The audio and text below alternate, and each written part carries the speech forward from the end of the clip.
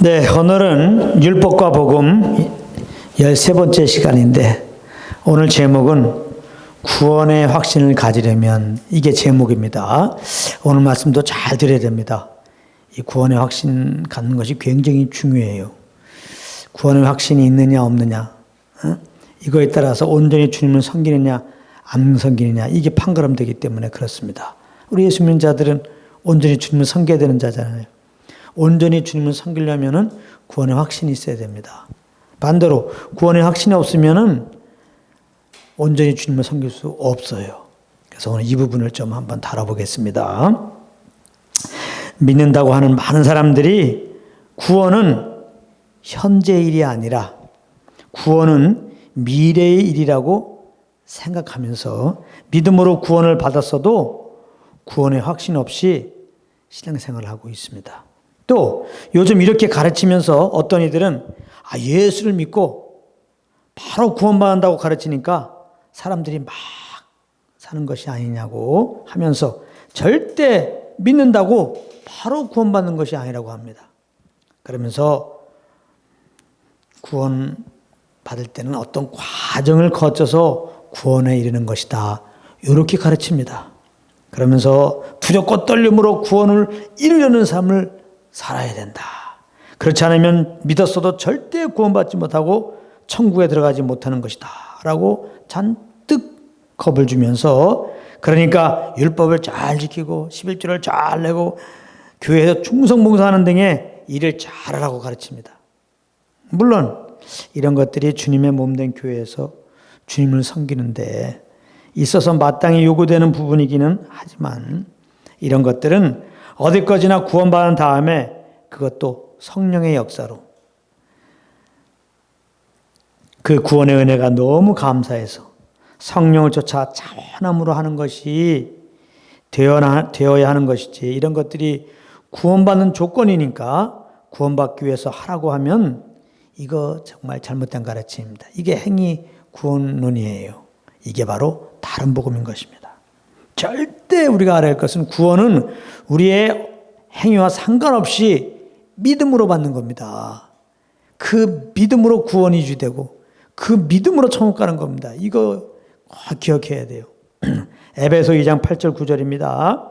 너희가 그 은혜를 인하여 믿음으로 말미암아 구원을 얻었나니 믿음으로 말미암아 구원을 얻으니 이것이 너희에게서 난 것이 아니라 하나님의 선물이라. 행위에서 난 것이 아니니 이는 누구든지 자랑치 못하게 함이니라. 하나님이 그러니까 이 말씀에 따르면 우리에게 구원 얻을 만한 믿음을 주시고, 그 믿음 받아서 그 예수님 믿었더니 하나님이 또 구원도 선물로 주신 거예요. 그래서 전적인 하나님의 은혜가 선물이라는 거 아니에요. 하나님의 은혜로 우리가 믿음으로 구원받는 겁니다. 우리가 구원받은 데 있어서 우리의 행위 어떠함이 전혀 들어가지 않아요. 예. 우리의 행위 어떠함이 끼면 그건 더 이상 은혜가 아닌 겁니다. 근데 구원은 은혜로 우리가 이렇게 값없이 받는 것입니다. 십자가에서 죽으시고 부활하신 그 예수님을 정말 구주로 믿을 때 그 믿음으로 구원받는 것입니다. 그러므로 구원은 믿을 때 즉각 받는 것이지 어떤 과정을 거쳐갖고 먼 미래에 받는 것이 결코 아니라는 겁니다. 지금 복음을 듣고 내가 지금까지 주인 되어 살았던 것을 하나님께 회개하고 예수님을 그 마음의 주님으로 모시고 입으로 시인하면 지금 구원을 받는 것입니다. 로마서 10장 8절부터 10절에 보면 이 말씀이 있어요. 그러면 무엇을 말하느냐? 말씀이 내게 가까워 내 입에 있으며 내 마음에 있다 하였으니 곧 우리가 전파하는 믿음의 말씀이라. 내가 만일 내 입으로 예수를 주로 시인하며 또 하나님께서 그를 죽은 자 가운데서 살리신 것을 내 마음에 믿으면 구원을 얻으리니 사람이 마음으로 믿어 의에 이르고 입으로 시인하여 구원에 이르느니라. 이렇게 말씀하고 있습니다. 평생 날강도짓 하며 살았던 자도 성령의 감동 속에서 이렇게 예수를 영접하면 지금 구원받습니다. 성경이 그렇게 말씀하고 있어요. 예수님이 십자가에 달리셨을 때 두 강도도 함께 예수님 좌우에 달렸는데 그 중에 한 강도의 그 회심을 보면서 예수님이 이런 말씀하셨습니다. 누가복음 23장 43절입니다. 오늘 내가 나와 함께 낙원에 있으리라 하시니라. 예, 바로 예수님 옆에서 죽었던 강도가 하나님의 은혜로 회개하고 예수님께 나오니까 바로 구원을 선포하잖아요. 그럼 우리가 다시 한번 꼭 기억할 것은 믿고 구원받는 것은 현재 일이지 결코 미래의 일이 아니라는 것입니다. 요한복음 5장 24절에도 보면 내 말을 듣고 또 나 보내신 이를 믿는 자는 영생을 얻고 심판에 이르지 아니하나니 사망에서 생명으로 옮겼느니라. 이렇게 말씀하고 있어요. 이 말씀에서 보면 믿는 자는 이미 영생을 얻었다고, 믿는 자는 이미 사망의 생명으로 옮겨졌다고 이렇게 말씀하고 있어서 구원은 믿는 즉시 받는 것임을 분명히 말씀하고 있습니다. 그런데 믿는 자가 이런 말씀을 몰라서 혹은 잘못된 가르침을 받아서 구원받는 것이 현재 일이 아니라 미래 일로 알고 있으면 신앙에 큰 문제가 발생하게 되는 것입니다. 어떤 문제냐? 그는 구원받은 자임에도 불구하고 구원의 감격을 맛볼 수가 없어요. 그러므로 당연히 주님께 구원에 대한 감사를 하지 못하게 돼요. 그래서 온전한 예배의 삶을 살 수 없게 되는 것입니다. 그 마음은 마땅히 해야 할 감사 대신에 항상 혹 무언가 잘못이라도 하면 구원이 취소되고 지옥에 가는 것이 아닌가라는 생각 때문에 항상 정죄와 불안에 떨고 있을 수밖에 없는 것입니다. 바로 이런 마음으로 신앙생활하는 것을 보고 율법적이다 혹은 종교적이다 이렇게 말하는 거예요. 왜냐하면 그가 하는 신앙생활이라고 하는 것은 결국 구원받기 위해서, 지옥에 가지 않기 위해서 하는 것이기 때문입니다. 그래서 믿는 자들은 나는 확실히 구원을 받았다는 것을 믿는 믿음, 즉 구원의 확신을 갖는 것이 매우 중요합니다. 그런데 주의해야 할 것은 나의 생각이나 감정 그리고 어떤 신비한 체험 등을 구원의 확신의 근거로 삼으면 안 되는 것입니다. 무엇인가 기분 좋은 생각이나 감정을 근거로 해서 나는 구원받았다 이렇게 확신하고 있으면 그는 기분 나쁜 생각이나 감정이 들면 분명 구원에 대한 확신이 떨어질 것입니다. 또 어떤 신비한 체험을 근거로 해서 구원받았다고 확신하고 있으면 비슷한 상황에서 비슷한 체험이 경험이 안 될 때 그는 분명 구원을 확신하지 못하게 될 것이기 때문입니다. 그러므로 중요한 것은 우리의 구원의 확신은 반드시 구원의 말씀에 근거를 두어야 하고 그 말씀이 성령의 역사로 나에게 생명이 되면 자연스럽게 구원의 확신을 가지게 되는 것입니다. 요한복음 1장과 3장에 이런 구원의 말씀이 있습니다. 요한복음 1장 12절에 보면 영접하는 자, 곧 그 이름을 믿는 자들에게는 하나님의 자녀가 되는 권세를 주셨으니 이런 말씀이 있어요. 또 요한복음 3장 16절 말씀은 하나님이 세상을 이처럼 사랑하사 독생자를 주셨으니 이는 저를 믿는 자마다 영생을 얻게 하려 하심이라 이렇게 말씀하고 있는데요. 여기 두 구절에 나오는 예수를 믿으면 하나님의 자녀가 되고 예수를 믿게 되면 영생을 얻게 된다는 이 말씀을 근거로 나는 이 말씀을 믿으니까 나는 믿음으로 이미 구원받았음을 확신할 수 있는 것입니다. 절대로 구원받지 않으면 이 말씀이 믿어지지가 않아요. 그런데 우리가 삶 속에서 주님과 온전히 동행하지 못하게 되어 영이 조금 눌리게 되면 이 믿음이 약해질 수가 있어요. 그래서 구원을 확신하기가 어려울 때가 있습니다. 이때는 구원의 확신은커녕 야, 구원받은 자의 삶이 그런 거냐? 너가 정말 구원받은 것이냐? 응? 너 구원받은 거 맞아? 이렇게 이제 원수마귀의 참소 공격을 이제 우리가 받을 수가 있어요. 그래서 신앙이 점점 침체될 수가 있기 때문에 이럴 때는 이 말씀을 붙잡아야 됩니다. 이 말씀을 붙잡고 막 선포하시기 바랍니다. 로마서 8장 33절 34절 말씀입니다. 누가 능히 하나님의 택하신 자들을 송사하리요 의롭다 하시는 이는 하나님이시니 누가 정죄하리요. 죽으실 뿐 아니라 다시 살아나시는 이는 그리스도 예수시니 그는 하나님 우편에 계신 자요 우리를 위하여 간구하시는 자신이라 하고 이 말씀을 막 선포하시기 바랍니다. 그리고 물론 이런 경우 내가 성령님을 금지시키고 있는 것이 무엇인가 빨리 깨닫고 잘못한 것을 하나님께 시인하고 다시 성령님과 교통한 자리로 어서 돌아가야 됩니다. 그리고 믿음으로 이미 구원받은 자로서 구원의 확신을 가지려면 또 이 말씀을 붙잡아야 됩니다. 요한복음 17장 3절인데요. 굉장히 중요해요. 요한복음 17장 3절입니다. 영생은 참 하나님과 그의 보내신 자 예수 그리스도를 아는 것이니이다. 이렇게 돼 있어요. 이것은 믿는 자들은 영생을 얻는 자들인데 이 영생이 무엇인지를 지금 말씀하고 있는 구절입니다. 특별히 여기서 이제 아는 것이니라 이 알다라는 말.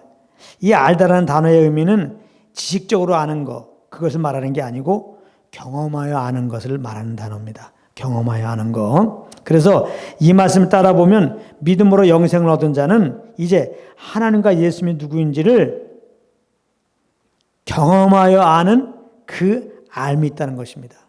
정말 하나님의 은혜로 겁났으면은 하나님을 그냥 알아요. 그분이 유일하신 하나님인지, 그분이 우리 영의 아버지인지, 정말 예수님이 하나님의 아들이시고 예수님 우리를 구원하기 위해 십자가 죽으시고 부활하신 구원자인 것을 그냥 알아요. 어떤 경우는 내가 설명을 잘 못해. 근데 내 마음 깊이에는 분명한 확신이 있습니다. 흔들림이 없어요. 하나님은 내 아버지시다. 예수님 나의 구원자다. 그 알미 있어요. 그래서 정말 구원받은 자라면 실제로 전에는 그렇게 믿어지지 않던 예수님이 이제는 조금의 의심도 없이 하나님의 아들이요. 나를 위해 죽으시고 부활하신 구원자로 믿어지는 것입니다. 그냥 하나님이 나의 영의 아버지시고 나는 그분의 자녀임을 알게 되어서 하나님을 부를 때도 자연스럽게 하나님 아버지 이렇게 부르게 됩니다. 그러므로 예수님이 구원자로 믿으려고 노력해서가 아니라 그냥 마음 깊이에서 의심 없이 믿어지고 하나님을 아버지로 부를 수 있다면 그는 이미 구원받고 영생 얻은 자임을 확신할 수 있는 것입니다. 이것은 결코 겁나지 않고 우리 안에 오신 성령의 도움 없이는 결단코 될 수 없는 일입니다. 로마서 5장 15절 16절이 그것을 말씀하고 있는데요. 너희는 다시 무서워하는 종영을 받지 아니하고 양자영을 받았으므로 아바버지라 부르짖느니라. 성령이 친히 우리 영으로 더불어 우리가 하나님의 자녀인 것을 증거하시나니. 하나님을 아버지로 우리가 알고 고백할 수 있는 것. 내가 하나님의 자녀인 것을 알고 그렇게 여기는 것. 이것은 철저하게 성령의 역사라는 겁니다. 우리가 하나님의 은혜로 예수 믿으면 성령님이 우리 안에 오시거든요. 우리 안에 오신 성령님은 이렇게 하나님 우리 아버지시고 우리가 하나님의 자녀인 것을 알게 하셔서 겁난 우리들은 성령을 모시고 있는 우리들은 성령으로 말미암아 하나님의 아버지가 되시고 우리가 그분의 자녀인 것에 대해서 조금도 의심이 없게 한다는 거예요. 그러니까 내가 지금 겁났다면 당연히 하나님을 아버지로 알잖아요. 내가 그분의 자녀인 것은 의심이 없잖아요. 그렇다면 우리는 구원 받은 거고 구원에 대한 확신을 가지자 이 말이에요. 그런가 하면 이렇게 의심 없이 예수님을 마음에 주님으로 믿어지고 입술로 주님이라고 시인한다면 그것 또한 이미 구원받은 자임을 확신할 수 있는 것입니다. 왜냐하면 이런 고백은 죄인된 사람 스스로에게서 나올 수 없는 것이고 오직 하나님의 성령의 역사로 말미암아 죄인이 예수님을 주님으로 시인하게 되는 것이기 때문입니다. 고린도전서 12장 3절에 보면 하나님의 영으로 말하는 자는 누군지 예수를 저주할 자라 하지 않고 또 성령으로 아니하고는 누군지 예수를 주시라 할 수 없느니라.